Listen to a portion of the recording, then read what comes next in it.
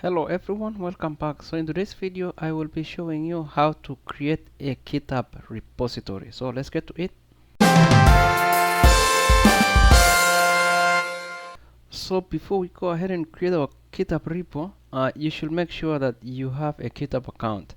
And if you don't have a GitHub account, all you have to do is go ahead and sign up for a GitHub account. Just look for GitHub or browse for GitHub, and you should be able to see this page for GitHub, and just click this one here, and you should be able to see a page like this. So this is the current page. This is June of 2024. So this is how the page currently looks. It might change in future because they keep redesigning how the front end looks. But yeah, this is how it looks. If you don't have one, just go ahead and click sign up, and you should be able to follow the process here. Put your email and follow the rest of the process. I have already done this, so I'm not going to do this again, but instead I will sign in with my account. So I have here my email address. You can also use the username, and I'm going to sign up, or sign in really. So once you're signed in, now how do you create a repo? So there are two ways that you can create a repo, or a GitHub repo. So one of the first ways, or one of the ways that you could do is here. You see here, new repo. You could create this and put in the repo details here. Or also, if I go back to home page, this is how my home page looks like. You could go up here next to search bar, and you see this add button here. Just click this scroll down button, and you will see here also an option of creating a new repo. So any of this should be able to work. So let me just click this one for a new repository, and here this is a template really for you to create your repository. And here you have the owner. So if you have multiple owners here or repos that you're working with, you can choose which account you want to create a repo in. For me, this is just my personal account, so I am going to choose my account, and I will create a repo here. So I'll just say demo. You can put the name that fits your purpose here for the repository, and you can also put description here as well that describes well your repository.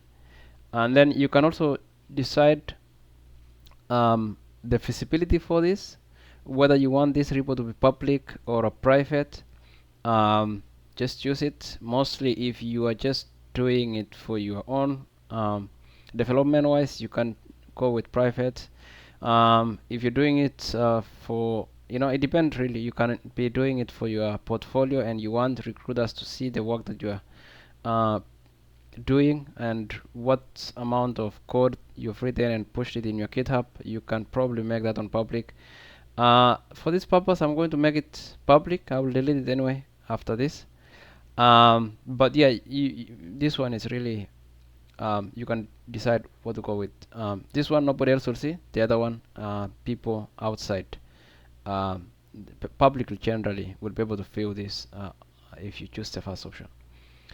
And then for readme file, this is for long descriptions. If you want to describe what's happening in your project or in your repository, for example, if you build an application and you want people to follow along, you can add a readme file on how people can clone this repository or basically use it. So you can do that in the readme file. You can also add .gitignore and some licenses and all of that. I'm going to leave this one as default. And you can see here, this will set main branch as the default branch. So I'll show you this one later when we clone this repo. But to create a repo, that's all you have to put in really, and then go ahead and just hit create repository. This is going to create a repo, and this is it. So this is when you see this page, this basically means that your repo is ready. and it's been successfully created. And like I mentioned, it's currently set to the main branch, so that is the branch that your code will be pushed to when you're doing a development. Now you can create several other branches and merge to the main branch later, or in your development. If you're working with other teams and you're working on different features, then you can branch out of this main branch and do your development. Okay, so in this video, that's what I just wanted to show you, and that is a quick and fast way of creating a repo in GitHub. Alright guys, that is what I had for you in this video. If you have not subscribed to the channel, please take a second and click the subscribe button. Alright guys, thank you very much.